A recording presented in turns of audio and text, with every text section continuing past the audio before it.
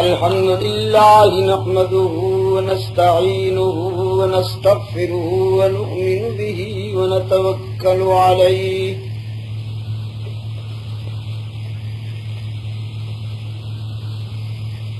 ونعوذ بالله من شرور أنفسنا ومن سيئات أعمالنا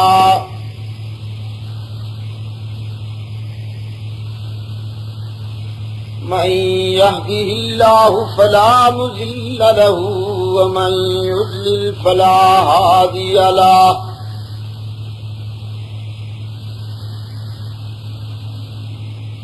ونشهد أن لا إله إلا الله وحده لا شريك له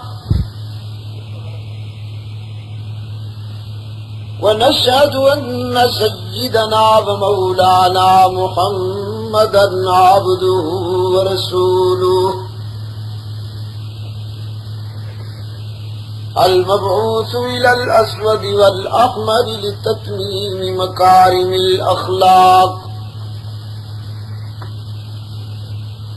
لا يخلق نبي ولا رسول بعده ولا أمة بعد أمته ولا شريعة بعد شريعته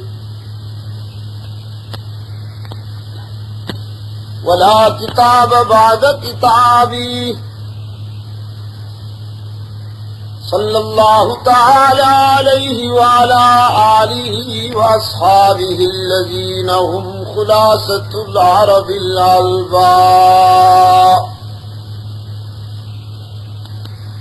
وخير الخلائق بعد الأنبياء وهم كالنجوم في السماء للاهتداء والاقتداء وهم مفاتيح الرحمة ومصابيح الغرر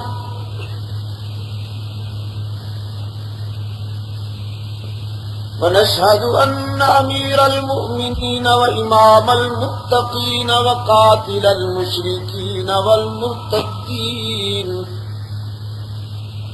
أبا بكر الصديق ولي الله ووصي رسول الله وخليفته بلا فصل أعوذ بالله من الشيطان الرجيم بسم الله الرحمن الرحيم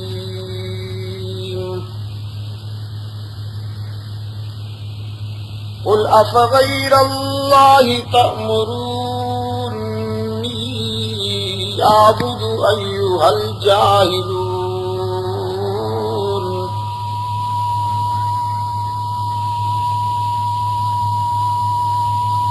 وَلَقَدْ أُوحِيَ إِلَيْكَ وَإِلَى الَّذِينَ مِنْ قَبْلِكَ لَئِنْ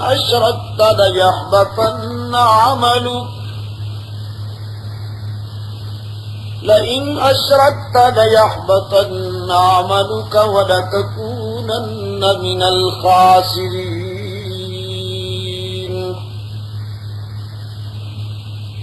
بَلِ اللَّهَ فَاعْبُدْ وَكُن مِّنَ الشَّاكِرِينَ وقال الله تبارك وتعالى في مقام آخر إلا تنصروه فقد نصره الله إذ أخرجه الذين كفروا ثاني اثنين إذ هما في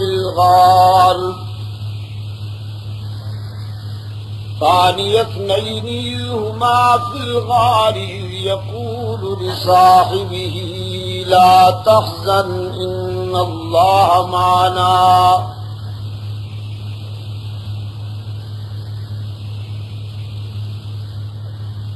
ألم تر أن الفلك تجري في البحر بنعمة الله ليريكم من آياته إن في ذلك لآيات لكل صبار شكور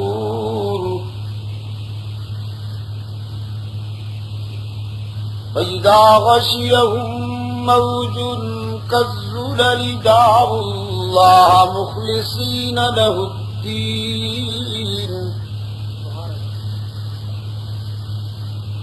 فلما نجاهم إلى البر فمنهم مقتصد وما يجحد بآياتنا إلا كل ختار كفور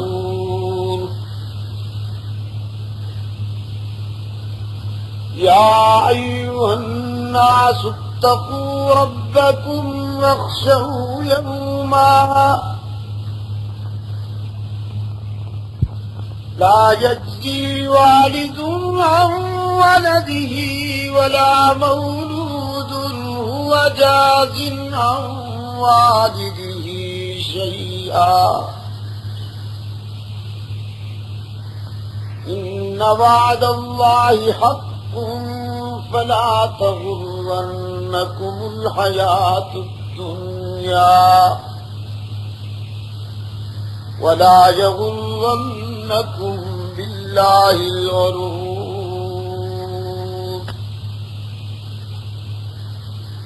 إن الله عنده علم الساعة وينزل الغيث ويعلم ما في الأرحام وما تدري نفس ماذا تكسب غدا وما تدري نفس بأي أرض تموت إن الله عليم خبير صدق الله مولانا العظيم وصدق رسوله النبي الأمي الكريم ونحن على ذلك لمن الشاهدين والشاكرين والحمد لله رب العالمين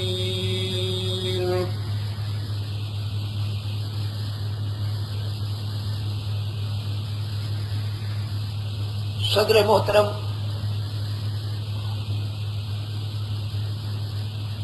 حضرات علماء کرام،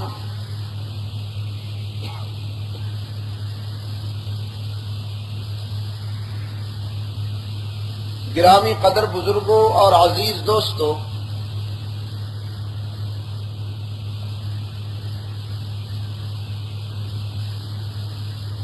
تقریباً 1 سال کے وقفے کے بعد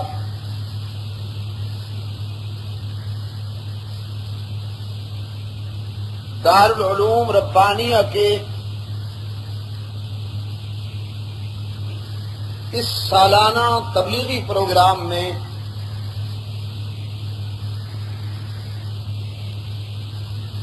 آپ سے ملاقات کی سعادت حاصل کر رہا ہوں۔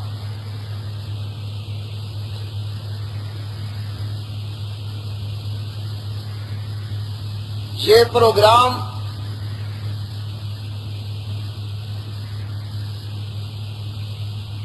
مارچ کے اوائل میں طے ہوا تھا،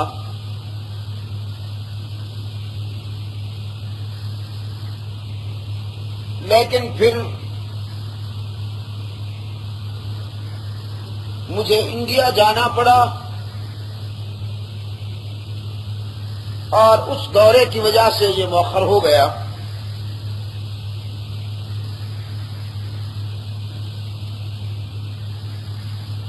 آج صبح ملتان سے جب میں نے سفر شروع کیا کیونکہ پچھلے دنوں موسم بہت زیادہ خراب دیکھ کر جہاز سے سفر کرنے کا ارادہ ملتوی کر دیا تھا کہ موسمی خرابی کی وجہ سے اگر پرواز ملتوی ہو گئی تو میں اس پروگرام میں شرکت نہ کر سکوں گا۔ ریل کے ذریعے سفر کرنے کا ارادہ کیا، لیکن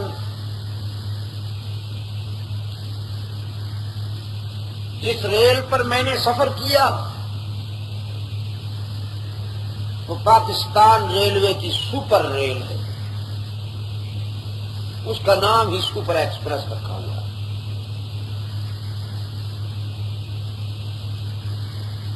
اور اس کا سپر ہونے کا امیج اس سے ظاہر ہوتا ہے کہ وہ صرف ملتان سے لاہور تک 3 گھنٹے لیٹ ہو،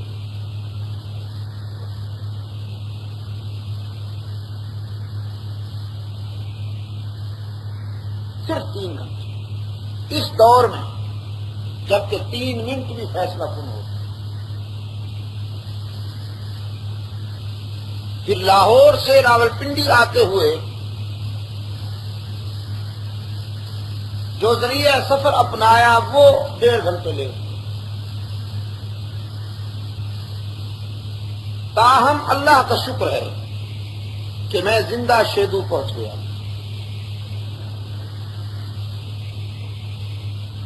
یہاں پہنچتے ہی وضو بنایا، نماز عشاء کے عنوان سے اللہ کے حضور سجدہ شکر ادا کیا اور آپ کی خدمت میں حاضر ہوں۔ مجھ سے پہلے میرے دوست نے یہ فرمایا کہ شاہ صاحب کی تقریر تو آپ کو سمجھ میں نہیں آئے گی کیونکہ اردو میں ہے، لیکن آپ خاموش بیٹھے رہیں۔ یہ بڑی عجیب بات۔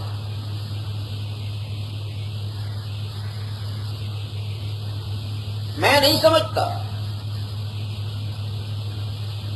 کہ آپ کو میرا بیان سمجھ میں نہ آئے۔ مجھے یہ معلوم نہیں کہ میں اردو میں بول رہا ہوں یا پشتو میں بول رہا ہوں یا عربی میں بول رہا ہوں، لیکن اتنا یقین ہے کہ آپ کے دل کی بات کر رہا ہوں۔ اور دل کے معاملات جو ہوتے ہیں وہ ان تکلفات کو گوارا نہیں کرتے۔ ایک نقطہ نظر ہے، ایک جذبہ ہے،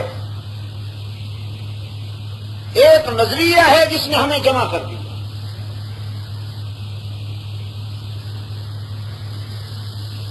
اور مجھے اللہ کی رحمت پر امید ہے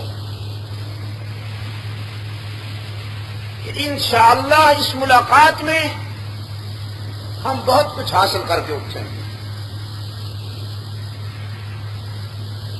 سپاس نامے کے عنوان سے مجلس تحفظ حقوق اہل سنت و جماعت شیدو کے کارکنان نے جن جذبات کا اظہار کیا، میں ان کا شکر گزار ہوں۔ میرے متعلق انہوں نے جو تعریفی جملے کہے ہیں وہ ان کا حسن ظن ہے،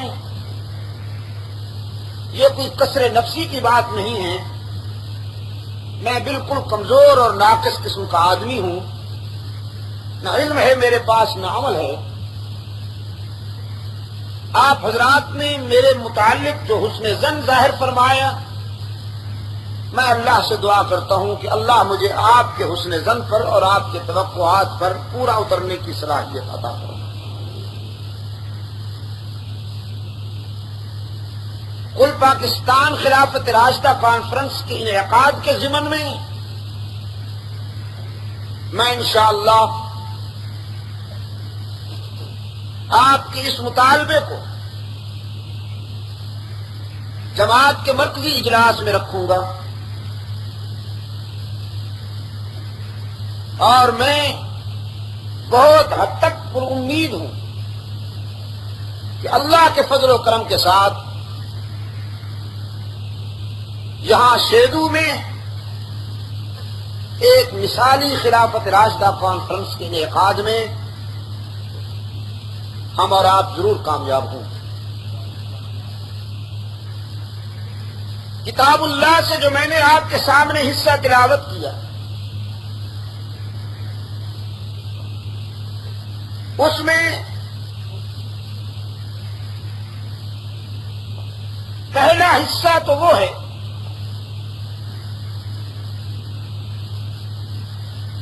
کہ جس میں رحمت عالم صلی اللہ علیہ وسلم کے موقف کی پختگی، عقیدے پہ استقامت،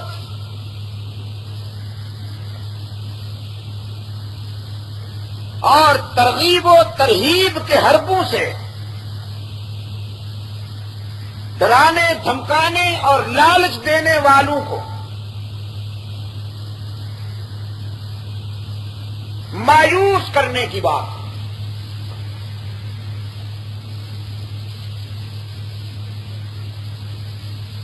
رحمت عالم صلی اللہ علیہ وسلم نے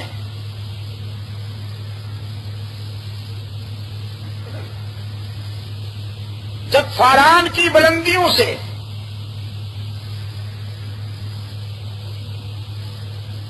اپنا موقف پیش کیا اور آستانہ پرستوں کو دعوت توحید دی،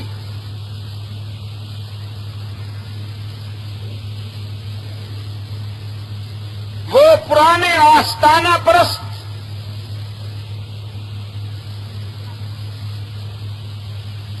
کہ جو سادہ لو انسانوں کی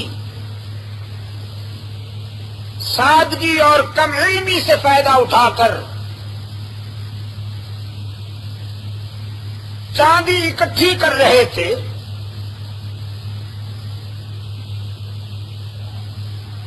اور انسانی جبین کو آوارگیوں میں مبتلا کر رکھا تھا،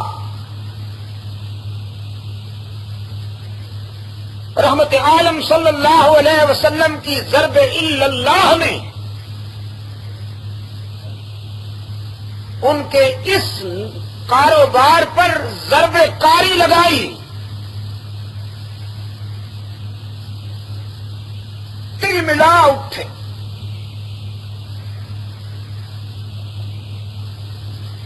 دل ملا اٹھے، اور رحمت عالم صلی اللہ علیہ وسلم کی خدمت میں انہوں نے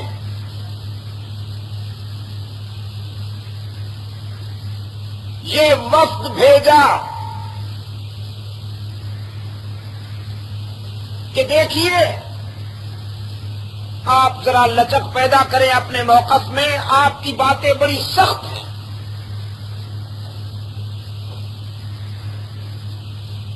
کچھ ہم آپ کی بات مانتے ہیں، کچھ آپ ہمیں برداشت کریں۔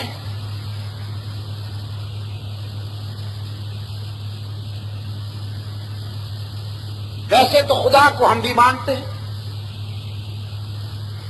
مشرکین مکہ جو تھے خدا کو مانتے تھے۔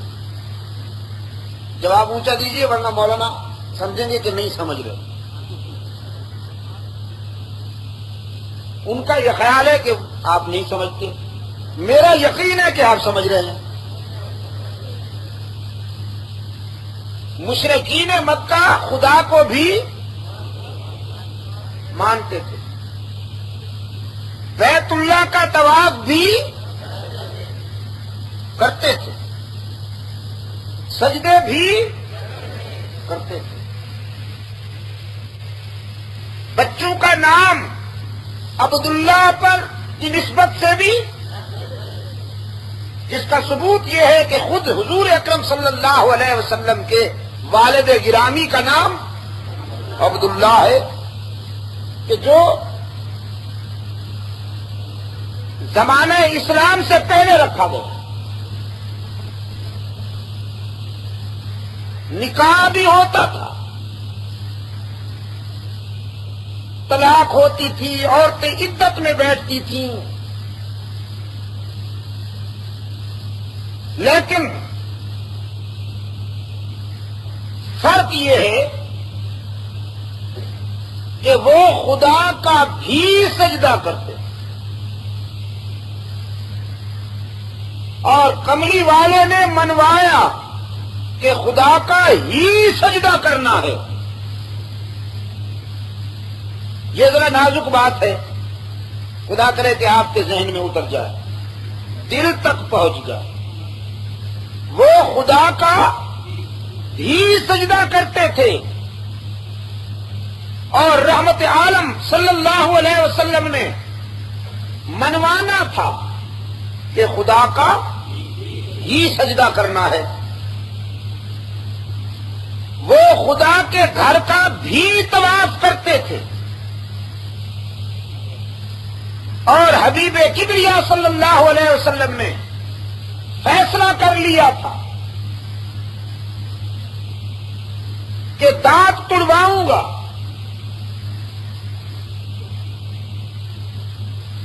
اپنے رضاکاروں کو شہید کرواؤں گا، وطن چھوڑنا پڑا تو چھوڑ دوں گا، سارے دکھ اٹھاؤں گا، ساری مصیبتیں برداشت کروں گا، لیکن منوا کے رہوں گا کہ خدا کا ہی طواف ہونا چاہیے۔ تو جھگڑا کل بھی یہی تھا، آج بھی یہی ہے۔ جب سرکار دو عالم صلی اللہ علیہ وسلم نے انسانوں کو متوجہ کیا کہ خدا کا ہی سجدہ کرو، خدا کا ہی طواف کرو، خدا کے لیے ہی قیام کرو، خدا کی ہی نظر مانو، جب جہاں جس وقت جس زبان میں اسے پکارو وہ تمہاری سنتا ہے اور دستگیری کرتا ہے۔ تو ان کا کاروبار خطرے میں پڑا، مجاور برادری کا کاروبار خطرے میں پڑا، اس لیے کہ انہوں نے تو لوگوں کو یہ بتا رکھا تھا کہ خدا براہ راست نہیں ملتا، تم چونکہ بہت گناہگار ہو، تم روسیہ ہو، خدا تمہاری نہیں سنتا، خدا تو ہماری سنتا ہے، لہذا تم ہمیں خوش کرو، ہم تمہاری بات خدا تک پہنچائیں۔ یہ انڈائریکٹ سلسلہ کر رکھا ہے، تم ہمیں خوش کرو تو ہم خدا تک تمہاری بات پہنچائیں۔ سرکار دو عالم صلی اللہ علیہ وسلم نے قرآن کے لہجے میں دنیا انسانیت کو یقین دلایا، یہ جھوٹے ہیں، کاروباری ہیں، جو کہتے ہیں خدا گناہگاروں کی سنتا نہیں۔ میں تمہیں یقین دلاتا ہوں کہ خدا کسی کی بات ٹھکراتا نہیں، جو اپنی روح سیاہی اس کے در پہ لاتا ہے وہ آب رحمت سے اس کی روح سیاہی کو دھو ڈالتا ہے۔ اس کی رحمت تو ہر وقت منتظر رہتی ہے، کوئی مجھے پکارے تو اس نے واضح بتا دیا، نبی عبادی انی انا الغفور الرحیم،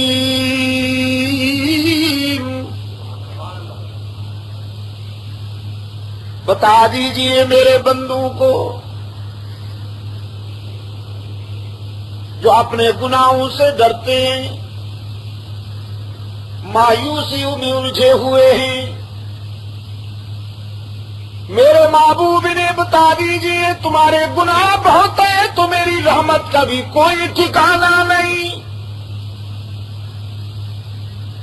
من یعمل سوءا او یظلم نفسه ثم یستغفر اللہ یجد اللہ غفورا رحیما،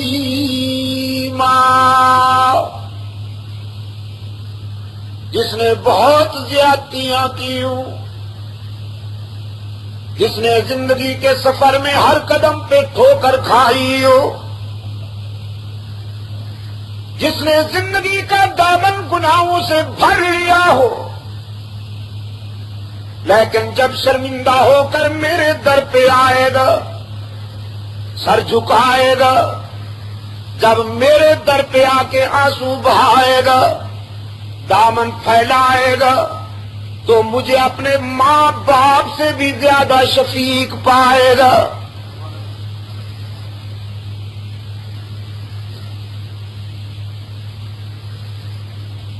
شہدوں کے دوستو، رحمت اللہ عالمین صلی اللہ علیہ وسلم کی اس موقف نے کاروباریوں کو پریشان کر دیا۔ کاروباری کل بھی پریشان تھے توحید کے تصور سے، اللہ انہیں شفائے کاملہ نصیب فرمائے، اللہ انہیں شفائے عاجلہ عطا فرمائے۔ دیکھیے ہم تو دعا کرتے ہیں، سچی بات۔ سرکار دو عالم صلی اللہ علیہ وسلم کی خدمت میں آ کے کہتے ہیں دیکھیے آپ کی باتیں بڑی سخت ہیں، ذرا نرمی پیدا کیجیے، کچھ ہم آپ کی بات مانتے ہیں، کچھ آپ ہمیں برداشت کیجیے، کبھی ہمارے میلے میں شریک ہو جایا کیجیے۔ یہ کبھی لات منات عزا حبل کے آستانے پر ہم وہ جمع ہوتے ہیں سالانہ، تو آپ بھی ذرا تشریف لایا کیجیے وہاں۔ رب العالمین نے فرمایا میرے محبوب قل افغیر اللہ تأمرونی اعبد ایھا الجاہلون، مایوس کر دیجیے ان بدبختوں کو اور دو ٹوک انداز میں فرمائیے تم نے میرے متعلق یہ کیسے سوچ لیا کہ میں اللہ کی عبادت میں کسی اور کو شریک برداشت کر لوں؟ رہی تمہاری بات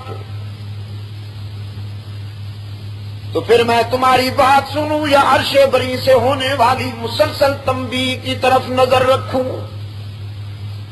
تم لالچ بھی دیتے ہو، دھمکیاں بھی دیتے ہو، تم کہتے ہو اگر میں اپنے موقف میں ذرا لچک پیدا کر لوں تو عرب کی قیادت کی چابیاں میرے قدموں میں ڈال دو گے، اور تم کہتے ہو اگر میں نے تمہاری بات نہ مانی تو پھر تم سے بڑا دشمن بھی کوئی نہیں ہوگا۔ وَلَقَدْ أُوحِيَ إِلَيْكَ وَإِلَى الَّذِينَ مِن قَبْلِكَ لَئِنْ أَشْرَكْتَ لَيَحْبَطَنَّ عَمَلُكَ وَلَتَكُونَنَّ مِنَ الْخَاسِرِينَ۔ عرش بری سے مسلسل تنبیہ ہو رہی ہے میرے محبوب اگر آپ نے بھی میری ذات و صفات میں کسی اور کو شریک برداشت کر لیا تو میرا محبوب ہونے کے باوجود آپ بھی میری ناراضگی سے بچ نہیں سکیں گے۔ تو میں ساری دنیا کو ناراض کر سکتا ہوں لیکن رب کو کیوں ناراض کروں؟ اس کی خوشنودی کے لیے، اسے راضی کرنے کے لیے ساری مصیبتیں گوارا ہیں۔ تم جو کچھ کر سکتے ہو کر لو۔ رب العالمین نے فرمایا میرے محبوب گھبرائیے نہیں، یہ سب دشمنی پہ تلے ہوئے ہیں، جو کر سکتے ہیں کر لیں، مگر میں نے تجھے ایسا دوست عطا کرنا ہے، میں نے تیرا ایسا رفیق منتخب کر لیا ہے کہ جس کی وفائیں تجھے ساری دنیا سے مستغنی کر دیں گی۔ عرش پر میں جزا دوں گا، فرش پر ابو بکر وفا کرے گا۔ عرش پہ میں نگرانی کروں گا، فرش پر ابو بکر پاسبانی کرے گا، وہ تیرے موقف کے لیے مار کھائے گا، تیری ازدواجی تنہائی کی ازالہ کے لیے اپنی بیٹی تیرے نکاح میں دے گا، تیرے مشن پر ساری دولت قربان کر دے گا، اور تو ہجرت پر روانہ ہوگا تو وہ اپنے کندھے پر اٹھا کے تجھے لے جائے گا، دنیا میں بھی ساتھ نبھائے گا، غار میں بھی ساتھ ہوگا، پھر مزار میں بھی تیرے ہم پہلو ہوگا، اور حشر میں بھی تیرے ساتھ اٹھے گا۔ میرے عزیز دوستو، جس طرح کے فرعونی سازشوں کو پیوند زمین کرنے کے لیے اللہ نے اپنے پیغمبر حضرت موسیٰ علیہ السلام کو ایک عصا عطا کیا، جو فرعونی دربار کے جادوگروں کے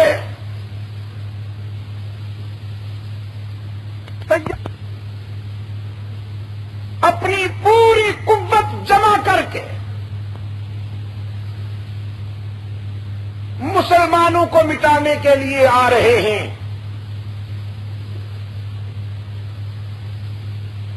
رحمت عالم صلی اللہ علیہ وسلم نے اپنے غلاموں کو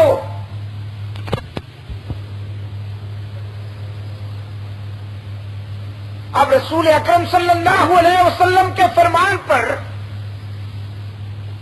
صحابہ کرام رضوان اللہ علیہ مجمعین تیاریوں میں مصروف ہیں۔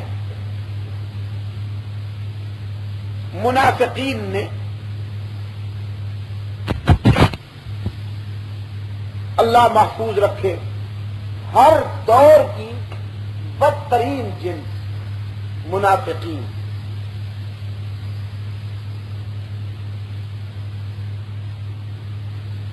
خدا اتنا کفار پر غضبناک نہیں جتنا منافقین پر غضبناک،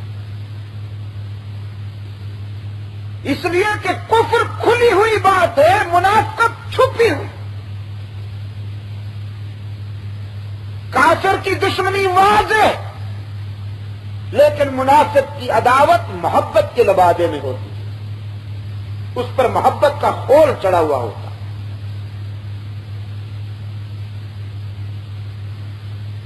منافقین نے مہم چلائی، کوشش کر رہے تھے کہ رسول اکرم صلی اللہ علیہ وسلم کے ساتھ اس غزوے میں بہت کم لوگ جائیں،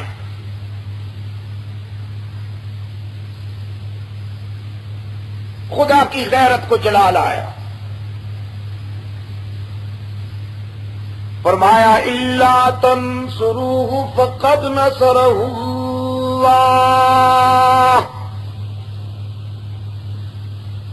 سنو،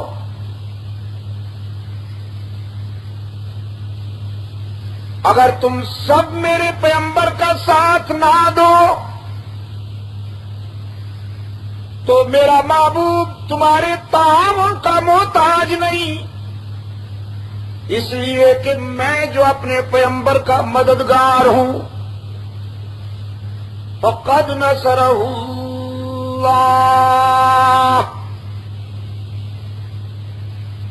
اللہ اپنے پیغمبر کی مدد کیا کرتا ہے۔ یہ دعویٰ تھا، اب دلیل، اذ اخرجہ الذین کفروا ثانی اثنین، رب العالمین نے فرمایا ہجرت کی شب جب کفار نے مل کر یہ پروگرام بنا رکھا ہے کہ ہم رسول خدا صلی اللہ علیہ وسلم کو خاکم بدہن مٹا دیں گے، کفار تلواریں لے کر رسول اکرم صلی اللہ علیہ وسلم کے گھر کے ارد گرد جمائیں۔ اللہ نے جب اپنے محبوب کو خطرے میں محسوس فرمایا تو فرش زمین پر نظر ڈالی کہ آج میری محبوب محبوب امانت کو سنبھالنے والا کون ہے؟ جس رات پیغمبر نے اپنی امانتیں حضرت علی کے سپرد کی رضی اللہ تعالی عنہ، جس رات رسول اللہ صلی اللہ علیہ وسلم نے اپنی امانتیں حضرت علی کے سپرد کی، اسی رات اللہ نے اپنی امانت صدیق اکبر کے سپرد کی۔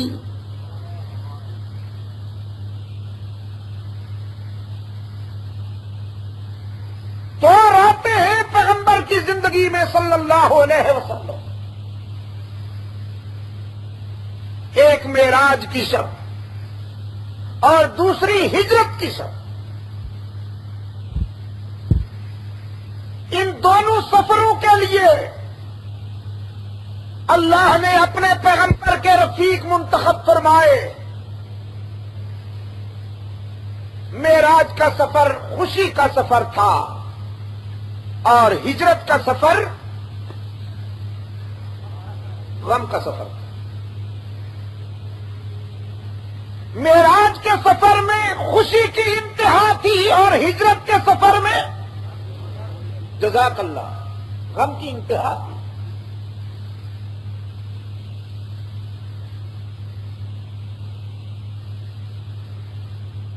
جس سفر میں خوشی کی انتہا تھی، جو خوشی کا سفر تھا،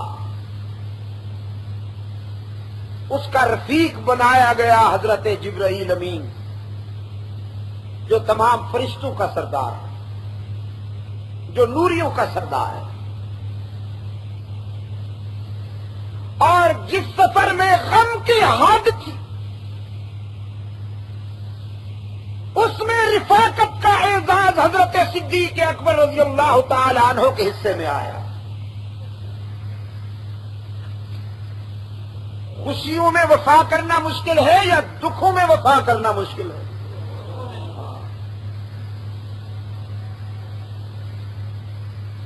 خوشی میں تو سب شامل ہو جاتے تھے۔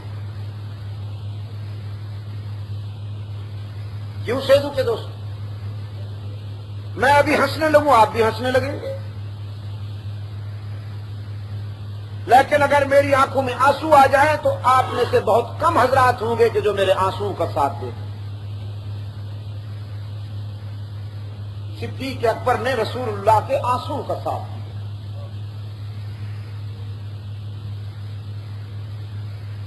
یہی تو وجہ ہے سرکار دو عالم صلی اللہ علیہ وسلم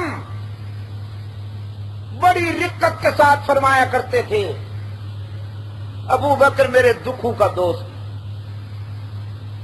جب ساری دنیا انکار کر رہی تھی، ابو بکر نے اقرار کیا۔ جب ساری دنیا بغاوت پر تلی ہوئی تھی، ابو بکر نے اطاعت کی۔ جب ساری دنیا دشمنی کرنا چاہتی تھی، صدیق اکبر نے دوستی کا حق ادا کر دیا۔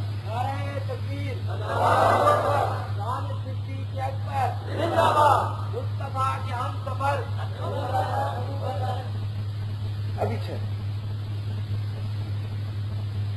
مجھے ذرا ان کا ذہن بنا لینے دیں۔ خلافت راشدہ کانفرنس تو چاہتے ہیں یہاں شیدو میں،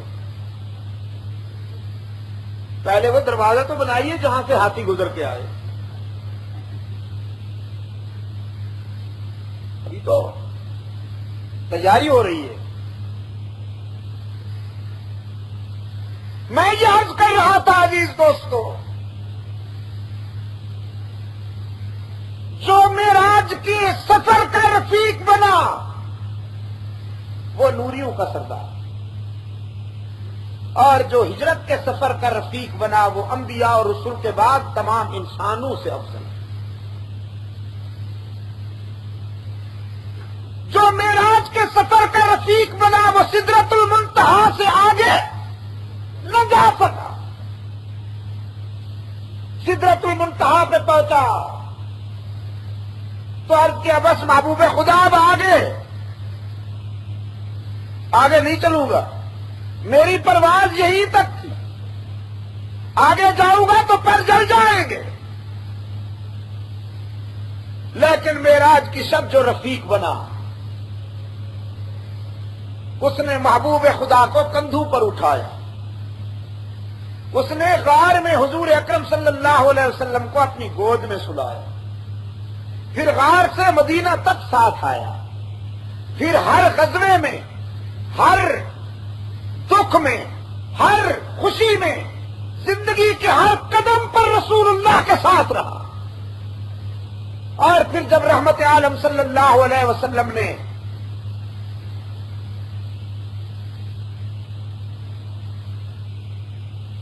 عالم برزخ میں ڈیرے لگائے، حجرہ عائشہ صدیقہ میں جب حضور اکرم صلی اللہ علیہ وسلم استراحت فرما ہوئے تو ابو بکر سے وہاں بھی اپنے محبوب کی تنہائی نہ دیکھی گئی، دنیا چھوڑ کر سیدھے وہیں پہنچے اور محبوب کے پہلو میں سو گئے۔ میرے عزیز دوست، اللہ نے اپنے محبوب امانت جناب صدیق اکبر کے سپرد کی۔ صدیق اکبر نے اللہ کی امانت کو کس انداز میں سنبھالا؟ مکہ چھوڑتے ہوئے حضرت صدیق اکبر رضی اللہ تعالی عنہ محبوب خدا کے ساتھ جا رہے ہیں،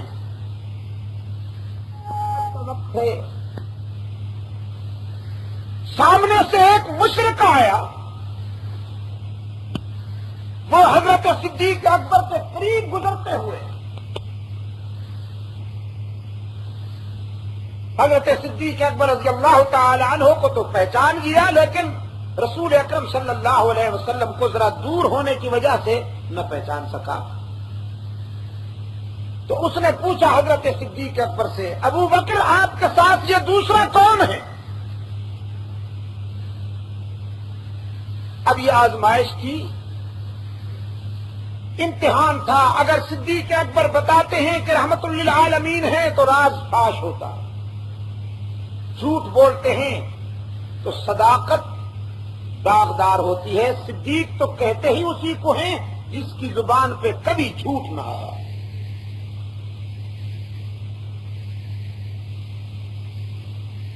اس مرحلے پر حضرت صدیق اکبر رضی اللہ تعالی عنہ کی فراست نے جواب ڈھونڈ لیا، فرمایا یہ جو میرے ساتھ دوسرا ہے رجل یہدین السبیل، یہ مجھے راستہ بتانے والا ہے۔ وہ مشرک تو فبہت الذی کفر ہو گیا، اس نے تو سمجھا کہ راستے کا پتہ نہیں، تو کوئی راستہ بتانے والا حضرت صدیق اکبر نے ساتھ رکھا ہوا ہے۔ اور صدیق اکبر تو اپنے انداز میں کہہ گئے کہ میرا ہادی ہے، میرا قائد ہے، دنیا کا راستہ بھی یہی بتاتا ہے اور عقبہ کا راستہ بھی یہی بتاتا ہے۔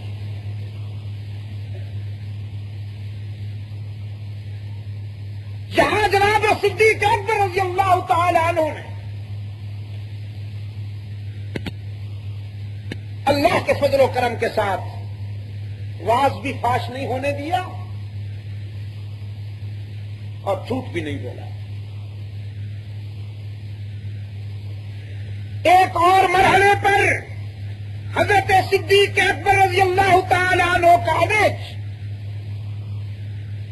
خطرے میں نظر آیا۔ وہ یوں کہ ایک یہودی نے رسول بڑھ کے جو مارا تھپڑ، اسے کلا بازیاں کھاتا ہوا کٹی ہوئی پتنگ کی طرح دور جا رہا۔ حضرت صدیق اکبر رضی اللہ تعالی عنہ انتظار کر رہے تھے کہ یہ اٹھے تو اس کی خدمت میں ایک دو تھپڑ اور پیش کر کے ثواب دارین حاصل کروں، لیکن ایک ہی تھپڑ اتنا نتیجہ خیز تھا کہ وہ اٹھ نہ سکا۔ شیدو کے دوستوں، میں کہا کرتا ہوں شریف کو غصہ بہت دیر سے آتا ہے، لیکن جب آتا ہے تو پھر ساری قضائیں ادا ہو جاتی ہیں۔ آتا دیر سے ہے غصہ، باقی جو تھے وہ سب ففرو ہو گئے اور یہ اٹھ کر سیدھا رسول اکرم صلی اللہ علیہ وسلم کی خدمت میں آ گیا۔ سنیے، رحمت عالم صلی اللہ علیہ وسلم نے اس یہودی سے کیا پوچھا، کیا واقعی تم نے خدا کی شان میں یہ گستاخانہ جملہ کہا، وہ بدبخت فوراً مکر گیا، کہنے لگا نہیں جی بالکل نہیں کہا، مولا خوش رکھے، نہیں کہا۔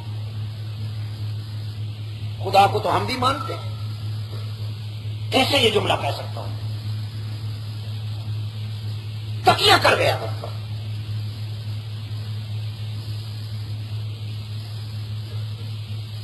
اب مسند انصاف کے اس تاجدار نے اپنے یار غار سے فرمایا ابو بکر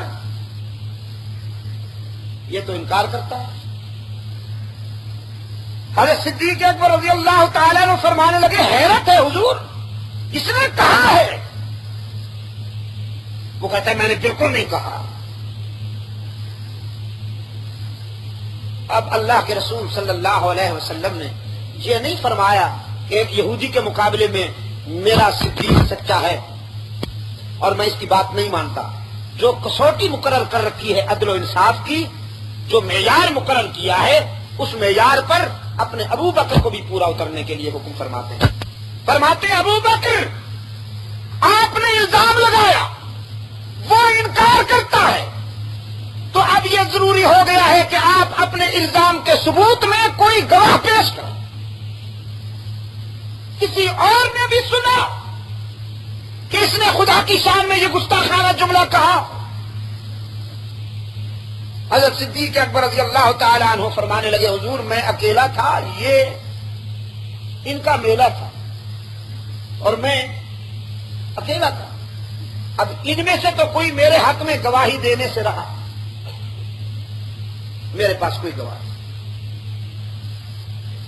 رسول اکرم صلی اللہ علیہ وسلم کی سنجیدہ نگاہیں حضرت صدیق اکبر رضی اللہ تعالیٰ عنہ کی طرف ہیں، اور رحمت عالم خاموشی کی زبان میں خاموش نگاہوں سے یہ بات بتا رہے ہیں گواہ ضروری ہے ابو بکر۔ اگر گواہ پیش نہ ہوا تو ہو سکتا ہے کہ میں یہودی سے کہوں وہ تیرے تھپڑ کا بدلہ لینے کے لیے تجھے تھپڑ مارے۔ یہ وہ موڑ تھا جب عرش بری پہ فیصلہ ہو گیا کہ ابو بکر کی گواہی خود خدا دے گا۔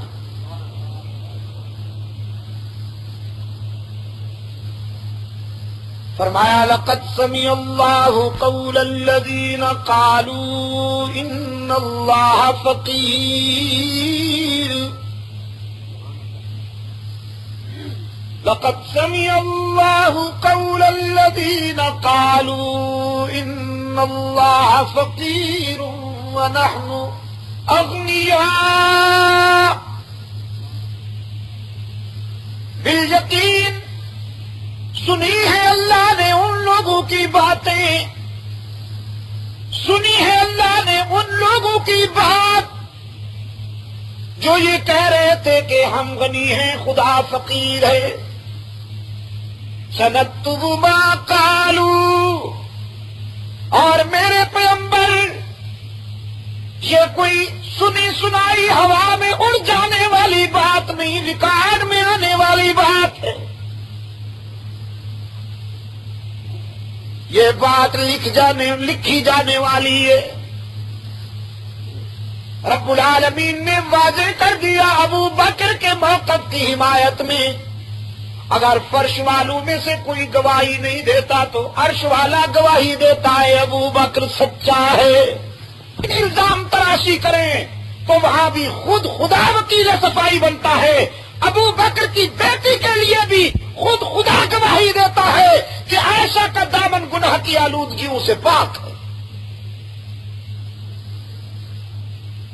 ورنہ تو حضرت موسیٰ پر جب الزام لگا تو ایک عورت وکیل صفائی بنتی ہے،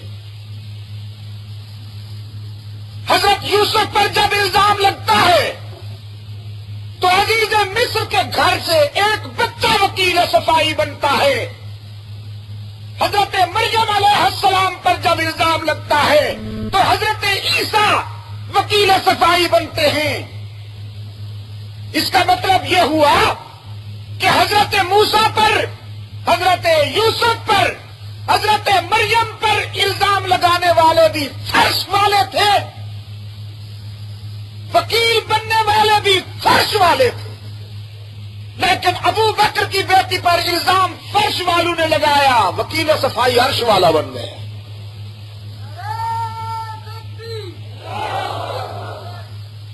جناب صدیق اکبر رضی اللہ تعالیٰ عنہ ہجرت کی شب محبوب خدا کو اپنے کندھوں پر اٹھاتے ہیں۔ بے شک سرکار دو عالم صلی اللہ علیہ وسلم نے حضرت علی کو اپنے کندھوں پر اٹھایا، بہت بڑی عزت ہے، لیکن صرف حضرت علی ہی کی کیا بات ہے رضی اللہ تعالی عنہ، حشر کے دن حضور اکرم صلی اللہ علیہ وسلم پوری امت کا بوجھ اٹھائیں گے، بلکہ پوری انسانیت کا بوجھ اٹھائیں گے، شافی بن کر جب رحمت عالم صلی اللہ علیہ وسلم اللہ کے حضور پیش ہوں گے۔ انسانیت اس کو کیسے بھول جائے جس نے پوری انسانیت کا بوجھ اٹھایا، ابو بکر نے اس کو اپنے کندھوں پر اٹھایا۔ ایک بدبخت کہنے لگا ابو بکر نے اٹھایا تو کیا ہوا، حضور نے اونٹنی پر بھی تو سواری کی۔ میں نے کہا چلیے میں اسی اعتراض ہی کو دلیل عظمت بناتا ہوں۔ اس نے تو جناب صدیق اکبر کی اس عزت کو اور عظمت کو مٹانے کے لیے یہ کہا کہ حضور اکرم صلی اللہ علیہ وسلم نے اونٹنی پر بھی تو سواری کی۔ میں اسی سے صدیق کی عظمت کا عنوان لاتا ہوں۔ ہمارا ایمان ہے حضور اکرم صلی اللہ علیہ وسلم نے جس اونٹنی پر سواری کی، قیامت تک کوئی اونٹنی اس اونٹنی کا مقابلہ نہیں کر سکتی۔ وہ اپنی جنس میں ممتاز و بلند و بالا ہو گئی، اور جس انسان پر رسول اللہ نے سواری کی ہے وہ انبیاء اور رسول کے بعد پورے انسانوں میں ممتاز و بلند و بالا ہو گیا۔ قیامت تک کوئی انسان اس انسان کا مقابلہ نہیں کر سکتا جس کے کندھوں پر امام الانبیاء نے سواری فرمائی۔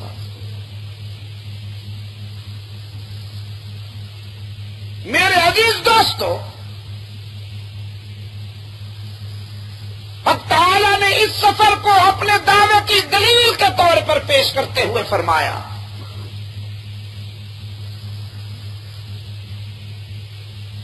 ثانی اثنین ہما فی الغار یقول لصاحبہ لا تحزن ان اللہ معنا۔ جب غار کی خلوتوں میں رحمت للعالمین صلی اللہ علیہ وسلم اپنے صاحب کو فرما رہے تھے گھبرائیے نہیں، اللہ ہمارے ساتھ ہے۔ شیدو کے دوستوں، دو مقام ہیں قرآن کریم میں جہاں پیغمبروں نے اپنے ہم نشینوں کو صاحب کہا۔ ایک جیل کی تنہائیوں میں حضرت یوسف نے اپنے ہم نشینوں کو صاحب سجن کہا۔ قرآن کریم نے وہاں حضرت یوسف کے ہم نشینوں کو صاحب سجن کہا، اور یہاں غار ثور کی بات جب قرآن بیان کرتا ہے تو ابو بکر کو صاحب رسول کہتا ہے۔ حضرت یوسف کی کہانی قرآن کی زبانی کچھ یوں ہے کہ یا صاحب السجن ارباب متفرقون خیر۔ حضرت یوسف علیہ السلام نے فرمایا اے جیل کے دوستو، اے جیل کے دوستو، جناب یوسف علیہ السلام کی بات جب قرآن کریم بیان کرتا ہے تو حضرت یوسف کے ساتھ بیٹھنے والوں کی رفاقت کو سجن سے منسوب کرتا ہے، جیل سے منسوب کرتا ہے۔ لیکن یہاں غار ثور کے خلوت نشینوں کی رودات جب قرآن بیان کرتا ہے تو اذ یقول لصاحب الغار نہیں، اذ یقول لصاحبہ لا تحزن ان اللہ معنا۔ اب ترجمہ یوں ہوا کہ حضرت یوسف علیہ السلام اپنے ساتھ بیٹھنے والوں سے فرماتے ہیں اے جیل کے دوستوں، اور غار میں رحمت للعالمین ابو بکر سے فرماتے ہیں اے میرا دوست۔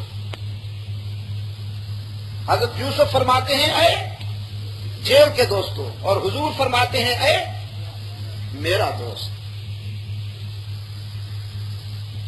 اس کا مطلب یہ ہوا کہ جو حضرت یوسف کے ساتھ بیٹھے تھے ان کی رفاقت مکانی تھی، وقتی تھی، جغرافیائی تھی، اور جو غار ثور میں محبوب خدا کو اپنی گود میں سلائے بیٹھا ہے اس کی رفاقت دائمی ہے، ازلی و ابدی ہے، نظری آتی ہے۔ یہی وجہ کہ جو یوسف کے ساتھ بیٹھے تھے وہ کچھ دیر کے بعد بچھڑ گئے، اور جو غار ثور میں محبوب خدا کو اپنی گود میں سلائے ہوئے ہے وہ کل بھی ساتھ تھا، آج بھی ساتھ ہے، اور قیامت میں بھی ساتھ رہے گا، ولو کرہ المنافقون۔ کسی کو جناب صدیق اکبر کی یہ دوستی پچے یا نہ پچے، لیکن ابو بکر کل بھی ساتھ تھا، ابو بکر آج بھی ساتھ ہے، قیامت میں بھی ساتھ ہے، اور یہ اس کی عطا ہے۔ حضرت علی رضی اللہ تعالیٰ عنہ ہجرت کی شب پیغمبر کے بستر پہ سوئے ہوئے ہیں، اور خود پیغمبر اقدس صدیق اکبر کی گود میں سویا ہوا ہے۔ حضرت علی رضی اللہ تعالیٰ عنہ نے پیغمبر سے بیٹی لی ہے، جناب صدیق اکبر نے رسول اللہ کو بیٹی دی ہے۔ حضرت علی رضی اللہ تعالیٰ عنہ زندگی بھر رسول اللہ کے گھر سے کھاتے رہے، صدیق اکبر زندگی بھر رسول اللہ کے قدموں پر سب کچھ لٹاتے رہے۔ حضرت علی رضی اللہ تعالیٰ عنہ رسول اللہ کے کندھوں پر ہیں، رسول اللہ صدیق اکبر کے کندھوں پر ہیں۔ میرے عزیز دوستو، کوئی حد ہے؟ آج بھی اگر آپ حضرت علی رضی اللہ تعالیٰ عنہ کو تلاش کریں تو نجف اشرف کی طرف جانا پڑے گا، ابو بکر کو تلاش کریں تو آج بھی محمد عربی کے پہلو میں نظر آئے۔ وہ کل بھی ساتھ تھا، آج بھی ساتھ ہے۔ اس لیے صدیق اکبر رضی اللہ تعالیٰ عنہ کے رضاکار یہ سلوگن اپنائے ہوئے ہیں، مصطفیٰ کا ہم سفر ابو بکر۔ ابو بکر یہ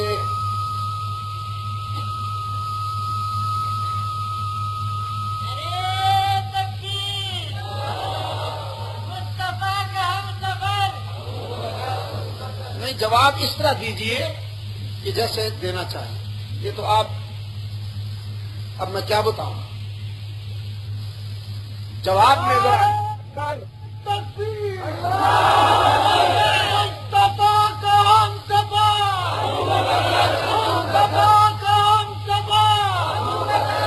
جم کے میں بتاتا ہوں آپ کو، جم کے ذرا ضمیر کی گہرائیوں سے آواز آئے، جیسے زندہ قومیں بولتی ہیں اسی طرح بولیے، تاکہ صدیق اکبر کے دوستوں کا سر اونچا ہو جائے اور صدیق کے دشمنوں کا منہ کالا ہو جائے۔ مصطفیٰ کا ہم سفر ابو بکر، ابو بکر، جم کے منظم، ابو بکر، ابو بکر، اور جب کہا جائے گلی گلی نگر نگر تو عمر عمر، عمر عمر، جم کے ذرا مصطفیٰ کا ہم سفر۔ میں تو انڈیا میں گیا تو انہوں نے استقبال انہی آوازوں سے کیا، کیونکہ کیسٹیں وہاں پہنچی ہوئی ہیں، انگلینڈ سے جو میں نے دورہ کیا وہاں سے کیسٹیں پہنچی ہیں، کچھ یہاں سے گئی ہیں۔ میں حیران ہو گیا کہ میں پہلی مرتبہ پہنچ رہا ہوں لیکن میرا درد دل الحمدللہ پہنچا ہوا ہے یہاں۔ اب شیدو والوں کو سکھانا پڑ گیا. مصطفیٰ کا ہم سفر جم کے ذرا نثر کیجیے فضاؤں میں تاکہ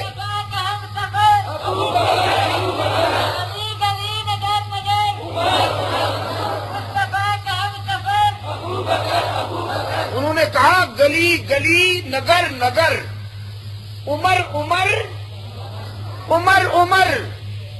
یہ بات بھی صحیح ہے. یہ گلیاں یہ نگر عمر سے ہیں. عمر حیاتی زندگی. عمر ختم ہو جائے تو پھر قبرستان بنتا ہے. پھر گلیاں کہاں کی اور نگر کہاں کے, پھر یہ روڈ کہاں کے اور شوں شاں کہاں کی, سب فنش. اور یہی وجہ ہے کہ جو عمر سے وابستہ نہیں وہ جیتے جی قبرستانوں میں جھنڈیاں لگائے ہوئے بیٹھے ہوئے ہیں. وہ کڑے وڑے پہنے ہوئے اور میگزین لیے ہوئے کبھی کبھی زندوں کی آبادی میں آ جاتے ہیں تو یوں لگتا ہے جیسے قبر سے نکل کے آ رہے ہیں. کل شیء یرجع الی اصلہ. جب عمر سے وابستہ نہیں تو انہیں زندوں میں رہنے کا حق کیا ہے؟ یہ اللہ نے انہیں سزا دی ہے. جزاک اللہ. اللہ نے انہیں سزا دی ہے. کہتے کیا ہے کہ ہم نے ماتمی شکل بنا رکھی. اور میں کہا کرتا ہوں کہ ماتم کی اصطلاح اسلام کی ڈکشنری میں ہے ہی نہیں. اسلام کی ڈکشنری میں نہ ماتم ہے نہ رقص. یہ دونوں تھے پہلے, لیکن اسلام کی صبح صادق طلوع ہونے سے قبل ماتم بھی تھا رقص بھی تھا. رحمت عالم صلی اللہ علیہ وسلم نے جو ڈکشنری ترتیب دی ہے وہاں ماتم کی جگہ صبر نے لے لی اور رقص کی جگہ شکر نے لے لی. اب سرکار دو عالم صلی اللہ علیہ وسلم نے فرمایا دکھ آئے تو صبر کرو, خوشیاں ملیں تو شکر کرو. لئن شکرتم لأزیدنکم. استعینوا. پھر ماتم وسینہ کو بھی وسنجیر زنینا. استعینوا بالصبر والصلاۃ ان اللہ مع نہیں ہے کہ ان اللہ مع الماتمین. ماتمی پارٹیوں کے ساتھ اللہ ہے نا.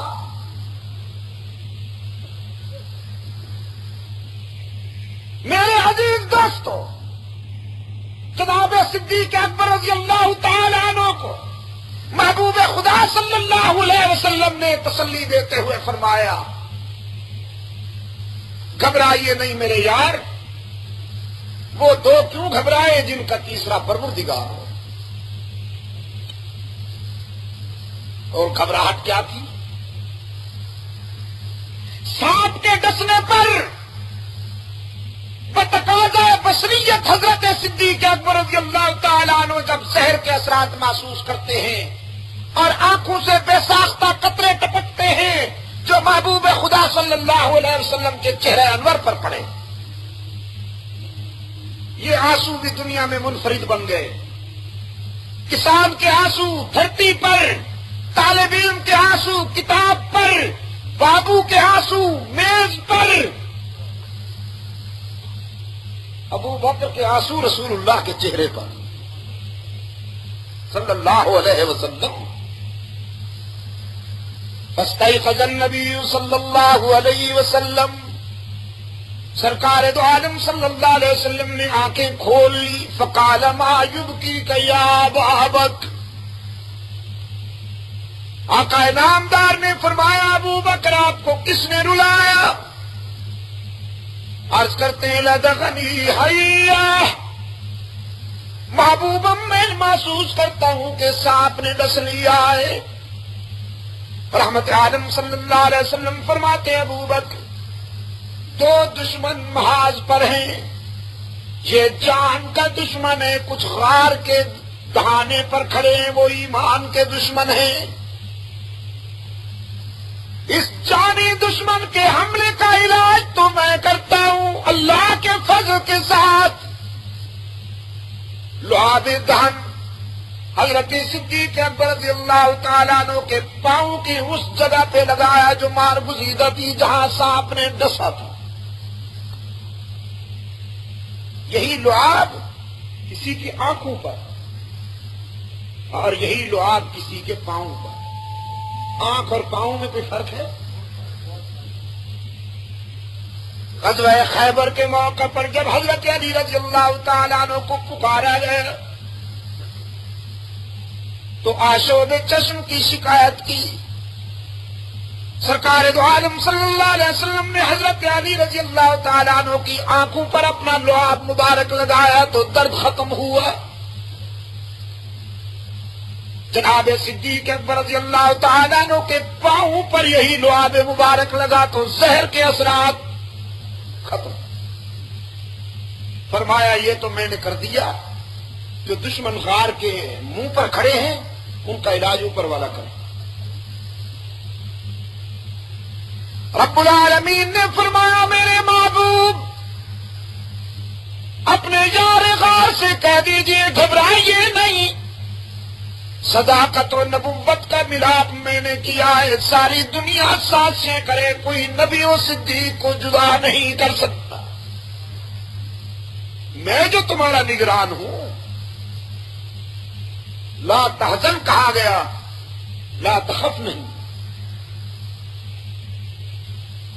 اگر جناب صدیق اکبر رضی اللہ تعالیٰ عنہ کو اپنی جان کا خوف ہوتا تو قرآن لا تخف ضرور کہتا. حضرت موسیٰ علیہ السلام کی ماں کو اپنی جان کا خوف تھا تو قرآن نے کہا لا تخافی ولا تحزنی. نہ اپنی جان کا خوف کر نہ اپنے بیٹے کے لیے گھبرا. لیکن یہاں چونکہ صدیق اکبر کو اپنی جان کا خوف تھا نہیں، اگر کوئی گھبراہٹ تھی تو یہ کہ اس مرحلے پر محبوب سے کہیں جدا نہ ہو جاؤ. لا تحزن کہا گیا. یہ تو تھی قرآن کی بات. اب ایک اور عقل کی بات کر لیں. عقل کے دوستوں سنو اور عقل کے دشمنوں کو خدا سے پاک آتے ہیں. وہ مرثیے کی ماری ہوئی جنس کہتی ہے وہ جو غار میں چیختا تھا ہم اس کو جانشین پیغمبر مان لیں. یہ سیاہ پگڑی والے لمبے جبے والے آج کل بڑا ان کو دورہ پڑا ہوا ہے کہ بھائی بھائی ہو جائیں. ہم نے کہا بالکل ہم بھی تیار ہیں. تم اپنے کرتوتوں سے توبہ کر لو. تم صدیق اکبر کے غلام بن جاؤ، فاروق اعظم کے غلام بن جاؤ، عثمان ذوالنورین کی عقیدت کے چراغ دل کی دنیا میں جلا لو، حضرت عائشہ صدیقہ رضی اللہ تعالی عنہا کے غلام بن جاؤ، حضرت طلحہ زبیر کے غلام بن جاؤ، حضرت معاویہ کے غلام بن جاؤ. ہم تو حضرت علی کے غلام ہیں ہی. ہم تو حضرت حسن و حسین کے غلام ہیں ہی. ہم تو سیدہ فاطمہ رضی اللہ تعالی عنہم ان سب کے غلام ہیں ہی. تم صحابہ کے غلام بن جاؤ تو ہمارے بھائی. لیکن اگر تم صحابہ کو دو گالیاں تحریر و تقریر میں صحابہ کرام پر بد زبانی کے تیر چلاؤ اور ہم سے یہ توقع رکھو کہ ہم تمہیں بھائی سمجھیں تو یہ تمہاری احمقانہ خوش فہمی ہے. جو بیٹا اپنے باپ کے دشمنوں کے ساتھ دوستی کر لے وہ حلالی نہیں ہوتا.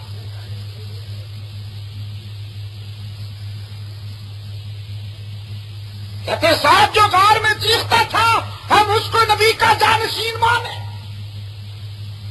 اس شہدو کے دوستوں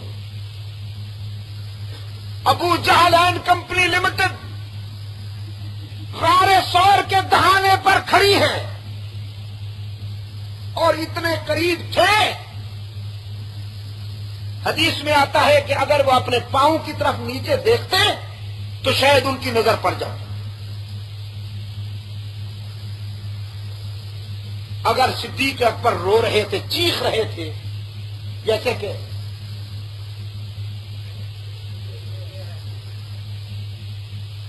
جو غار کے منہ پہ کھڑے تھے وہ سن لیتے ابو بکر کا رونا کہ نہ سنتے.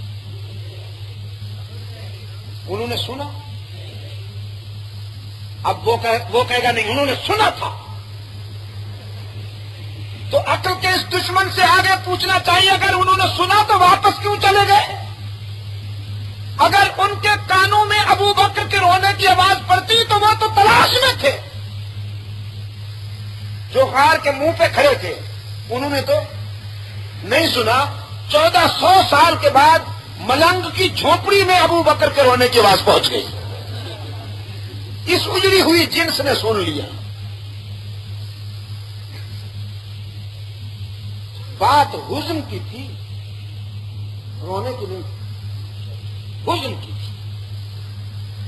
حزن کی کیفیت قلب سے تعلق رکھتی ہے، آواز سے نہیں.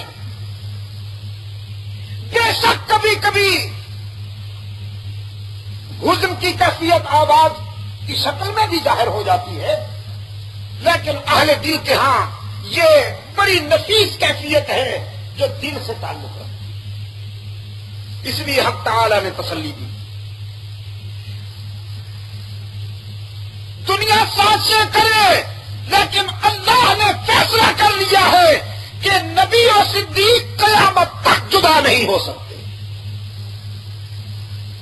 فطرت مسکرا رہی تھی. ابو بکر آج دشمن پیغمبر کے ہیں، پہرا تو دے رہا ہے.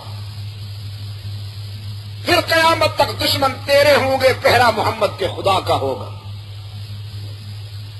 3 راتیں تو نے رسول اللہ کے ساتھ وفا کی ہے، قیامت تک رسول اللہ تجھے اپنے پہلو میں سلائیں گے.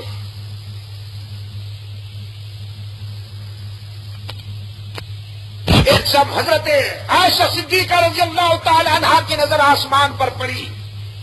آسمان کے دامن میں ستاروں کی انجمن دیکھ کر حضرت عائشہ رضی اللہ تعالی عنہا رسول اکرم صلی اللہ علیہ وسلم کی خدمت میں عرض کرتی ہیں، اللہ کے محبوب، آپ کی امت میں کوئی ایسا خوش نصیب انسان بھی ہو سکتا ہے جس کی نیکیاں آسمان کے ستاروں جتنی ہوں؟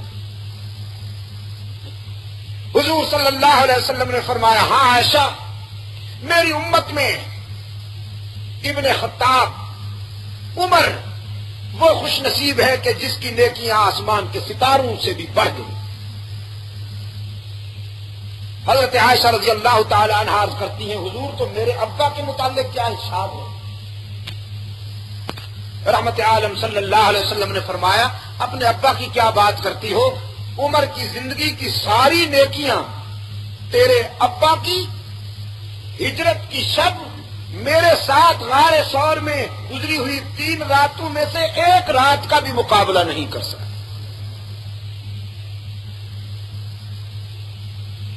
یہ تو تھی فضائل کی بات. فضائل کی بات کہ اللہ کی نظر میں جناب صدیق اکبر رضی اللہ تعالیٰ عنہ کا یہ مقام ہے کہ خدا نے کئی ہزار افراد پر مشتمل لشکر کے مقابلے میں تنہا صدیق اکبر کو اہمیت دی. وہ کام ہزاروں افراد پر مشتمل لشکر نہ کر سکے جو تنہا ابو بکر صدیق نے کر دیا. جس مقام پر حضرت صدیق اکبر کو جانشین پیغمبر منتخب کیا گیا، حضور کے وصال کے بعد امت کا متفقہ قائد چنا گیا. اللہ تعالیٰ آپ کو بہت جلدی سے مدینہ لے جائے. یہ تو سمجھ رہے ہیں؟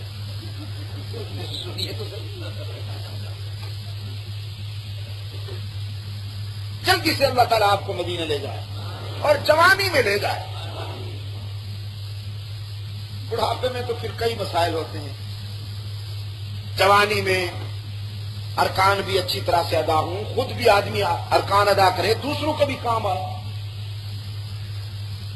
بڑھاپے میں تو میں بتایا کرتا ہوں، ایک ہمارا خان صاحب بوڑھا مواجہ شریف پہ کھڑا ہوا، رو بھی رہا ہے اور کہتا ہے، یا رسول تمہارا روزہ بہت آ چاہے، ادھر صفا بھی نہیں ہے مروہ بھی نہیں ہے. میں نے کہا یہ تب کیا ہے؟ لگے ہوں گے نا دھکے، وہاں تو لگتے، طواف زیارت میں بھی لگتے ہیں اتنے پرکیف دھکے، ایمان افروز. میں بتایا کرتا ہوں دوستوں کو، طواف زیارت کے دوران ہم نے کئی مرتبہ مقام ابراہیمی پر جو نوافل کی نیت کی، طواف کرنے والوں کا ریلا آتا تھا، نیت سمیت اٹھا کے لے جاتے تھے. قوت کی بات ہے. جوانی میں اللہ تعالی حج کی سعادت نصیب کرے اور بہت خوشی ہوتی ہے وہاں دیکھ کر. الحمدللہ ثم الحمدللہ. حج کرنے والوں میں عرب حضرات کے بعد سب سے زیادہ تعداد جو غیر عرب کی ہوتی ہے زمانوں میں، وہ یہاں کے لوگوں کی ہوتی ہے، پاکستان کے لوگ. کیونکہ اب تو الحمدللہ عرب میں ملازمت کے سلسلے میں بھی بہت حضرات گئے ہوئے ہیں، تو وہ حج کے موقع پر آ جاتے ہیں. جب آپ مدینہ طیبہ جائیے گا تو میری یہ بات ذہن میں رکھیے گا، اس مقام کو ضرور دیکھیے گا جہاں جناب صدیق اکبر رضی اللہ تعالیٰ عنہ کی قیادت پر امت نے اتفاق کیا. وہ ہے ثقیفہ بنو ساعدہ. ثقیفہ بنو ساعدہ جس کو ماتمی جنس گالیاں دیتی ہے، اس لیے کہ ثقیفہ بنو ساعدہ کے روشن ضمیروں نے حضرت صدیق اکبر کی خلافت پر اتفاق کر کے یہودی لابی کی سازشوں کو خاک میں ملا دیا. یہودی اس کوشش میں تھے کہ قیادت کے مسئلے پر وہ خلفشار پیدا کر دے، انتشار پیدا کر دے اور امت آپس میں لڑے. لیکن ثقیفہ بنو ساعدہ کے روشن ضمیروں نے رسول اللہ صلی اللہ علیہ وسلم کی منشا کی تکمیل کرتے ہوئے یار غار رسول، وفادار پیغمبر، امام الصحابہ حضرت صدیق اکبر کی قیادت پر فیصلہ کر کے پوری امت پر احسان کر دیا. وہ جگہ آپ جب دیکھیں گے، وہ جگہ آج بھی سرسبز و شاداب ہے. وہاں ایک چھوٹا سا باغ ہے، حدیقہ ہے، ایک نرسری ہے. میں کہا کرتا ہوں بعض آغاز اتنے خوش انجام ہوا کرتے ہیں. اس دن دارالعلوم دیوبند میں جب ہم پہنچے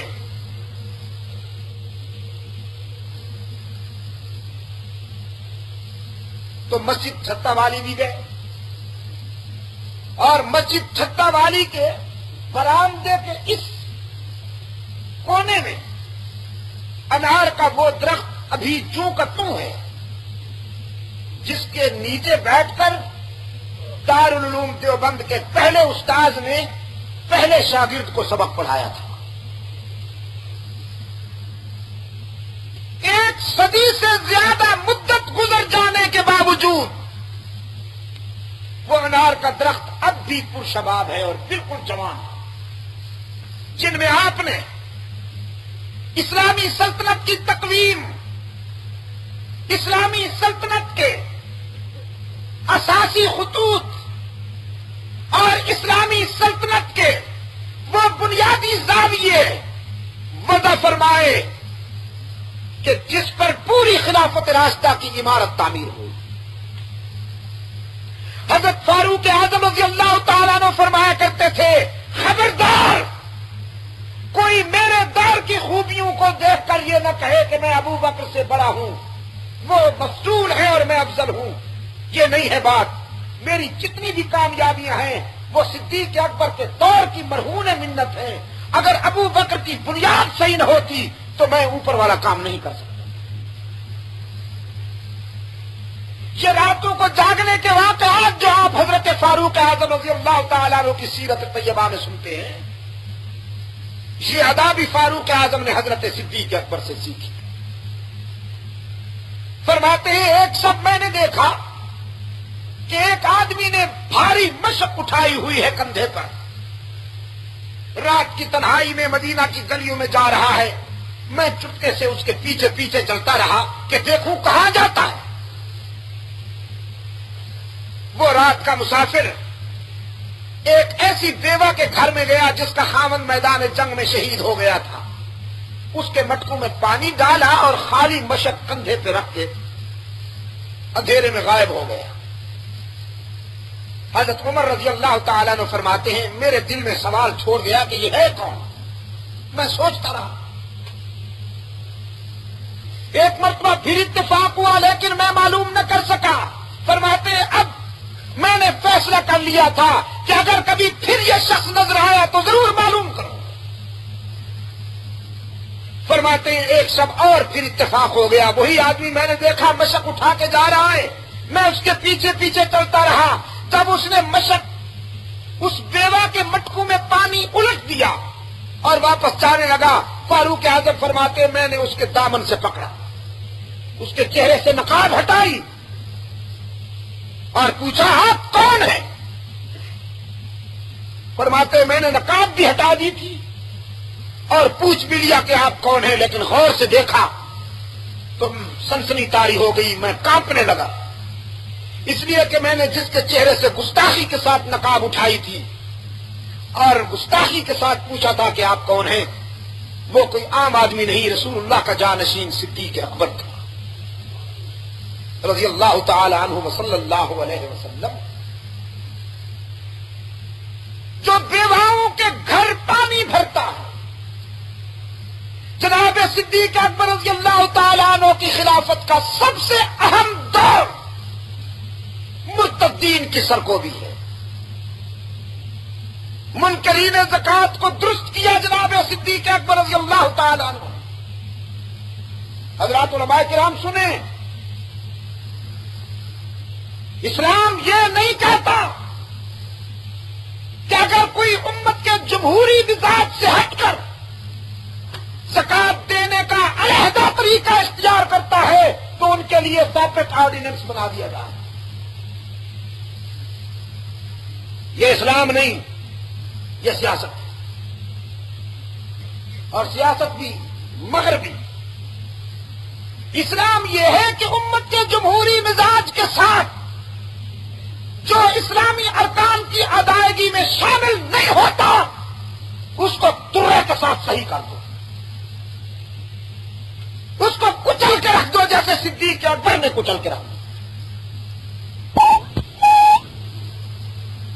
آپ یہ سن کر حیران ہوں گے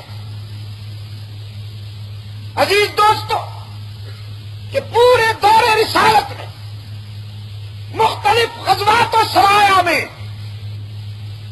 اتنے مجاہدین شہید نہیں ہوئے جتنے صدیق اکبر کے دور خلافت میں منکرین ختم نبوت کی سرکوبی کے لیے مجاہدین شہید ہوئے.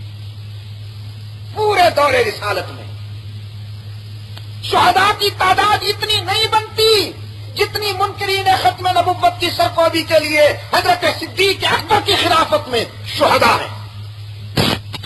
میرے عزیز دوستو، جناب صدیق اکبر رضی اللہ تعالی عنہ نے اسلامی تاریخ کے زرین ابواب ترتیب دے کر 27 مہینے کا کامیاب دور گزارنے کے بعد اس دنیا کو خیر باد کہا. کفن بھی دھلا ہوا پہن کے دنیا سے گئے، دھلا ہوا کفن پہن کر. اپنی بچی کو وصیت فرمائی تھی کہ میرے لیے نیا کفن تیار نہ کرنا، یہی چادر جو میں نے علالت کے زمانہ میں استعمال کی ہے اسی کو دھو لینا اور جو کپڑا کم رہے اور شامل کر کے میرا کفن دے. حضرت عائشہ رضی اللہ تعالیٰ عنہ فرماتی ہیں ابا حضور کیا ہمیں اتنی بھی توفیق نہیں کہ ہم آپ کو نیا کفن دے کے اس دنیا سے رخصت کریں؟ حضرت صدیق اکبر رضی اللہ تعالیٰ عنہ فرماتے ہیں بیٹی، نیا کپڑا مرنے والوں سے زیادہ زندہ رہنے والوں کا حق ہے. میرے آقا کی امت نے دھلا ہوا لباس پہن رکھا ہے، میرا ضمیر گوارا نہیں کرتا کہ میں نیا کفن پہن کر اپنے آقا کی خدمت میں حاضری دوں. جناب فاروق اعظم رضی اللہ تعالیٰ عنہ کو نامزد فرما کر امت پر ایک اور احسان کیا حضرت صدیق کہ میرے بعد امت کی قیادت فاروق اعظم سے. میں انہیں الفاظ پر اکتفا کرتا ہوں اور اللہ سے دعا کرتا ہوں کہ حق تعالی ہمیں اپنے شاندار ماضی کے ساتھ عملاً وابستگی کی سعادت نصیب فرمائے. میں دارالعلوم ربانیہ کی انتظامیہ اور مجلس تحفظ حقوق اہل سنت کے کارکنان کا بھی شکر گزار ہوں جن کی محبت اور یاد آوری سے یہ ملاقات نصیب ہوئی. اللہم ثبتنا علی صراط. ہاں اچھا، دعا سے پہلے یہ کچھ کراچی کے دوستوں نے کیسٹیں روانہ کی ہیں. ایک تو ہے توحید و رسالت کانفرنس میں ہونے والی اہم تقریب الحمدللہ جس سے ہزاروں ذہنوں کی اصلاح ہوئی اور ایک سیرت عائشہ صدیقہ رضی اللہ تعالی عنہا پر 17 رمضان مبارک کو لسبیلا چوک کراچی میں ہوئی. یہ مریم عیسیٰ اور مریم اسلام کا میں نے موازنہ کیا تھا. اس کو اب بھی سنتا ہوں تو اشک بار ہو جاتا ہوں. اور ایک اسلام آباد میں ہونے والی میری تقریر جس پر میں اللہ کا شکر گزار ہوں، انشاءاللہ وہ میری نجات کا باعث بنے گی. نظریاتی طور پر پڑھے لکھے حضرات اسے بھی ضرور سنیں اور آگے پھیلائیں. اور یہ میری آواز میں کچھ تلاوت کی قسطیں ہیں، سورہ یوسف، سورہ الرحمن اور یاسین اور سورہ مریم اور طٰہٰ، ایک ایک گھنٹے کی. یہ آپ کو دعا کے بعد میرے رفیق کے سفر سے مل سکیں گی. ان کو آپ اپنے گھر تک محدود رکھنے کے بجائے تبلیغی نقطہ نظر سے جہاں تک ہو سکے آگے بھی پھیلائیے گا. اللہم ثبتنا علی صراط المستقیم. اللہم زینا بزینۃ الاسلام واجعلنا ھداۃ مہتدین. اللہم نور قلوبنا بنور الایمان واحسن اخلاقنا بنور القرآن. خداوند عالم اسلام کی مدد فرما، پاکستان کو اندرون و بیرون خطرات سے اور ہر فتنے سے محفوظ و مامون فرما. ہمارے فلسطینی بھائیوں کی مدد فرما، ہمارے افغانی بھائیوں کی مدد فرما، ان کو اپنی نظریاتی جدوجہد میں کامیابی نصیب فرما. آسام کے مسلمانوں کی الہ العالمین مدد فرما. پاکستان کو قرآن و سنت پر مبنی آئین اور دور خلافت راشدہ کے مطابق منصفانہ طرز زندگی نصیب فرما. تمام دینی تحریکوں کو ترقی و فروغ عطا فرما. مسئلہ ختم نبوت کی حفاظت کے لیے مجلس تحفظ ختم نبوت کو الہ العالمین کامیابی نصیب فرما. تبلیغ کے لیے ہماری تبلیغی جماعت کو حضرت مولانا محمد الیاس رحمۃ اللہ علیہ کی تحریک کو کامیابی نصیب فرما. قرآن و سنت کی اشاعت و تبلیغ کے لیے اشاعت توحید و سنت کو کامیابی نصیب فرما. اور تحفظ ناموس صحابہ کے لیے اہل سنت و جماعت مسلمانوں کے ملی اور قومی حقوق کی نگہداشت کے لیے مجلس تحفظ حقوق اہل سنت و جماعت کو الہ العالمین کامیابی نصیب فرما. دارالعلوم ربانیہ کے لیے میں دعا کرتا ہوں، اللہ تعالیٰ اس کو اپنے فضل و کرم کے ساتھ ترقی اور عروج نصیب فرمائے اور دوسرے اداروں کے ہم پلہ مقام عطا فرمائے. اس میں محنت کرنے والے، پڑھنے پڑھانے والے، اس کے اخراجات کے لیے تعاون کرنے والے سب کو اللہ تعالیٰ دونوں جہانوں کی عزت نصیب فرمائے. میں آپ کا بہت شکر گزار ہوں. اگر زندگی رہی تو انشاءاللہ کل اکوڑا خٹک میں بات ہوگی. اللہم صلی علی سیدنا و مولانا محمد النبی امی. اللہ تعالیٰ تمام بیماروں کو شفا کاملہ نصیب فرمائے اور اس عزیز کو بھی اللہ تعالیٰ اپنے فضل و کرم کے ساتھ شفا عاجلہ نصیب فرمائے. وصلی اللہ تعالیٰ علی خیر خلقہ محمد وعلی آلہ وصحبہ وبارک وسلم.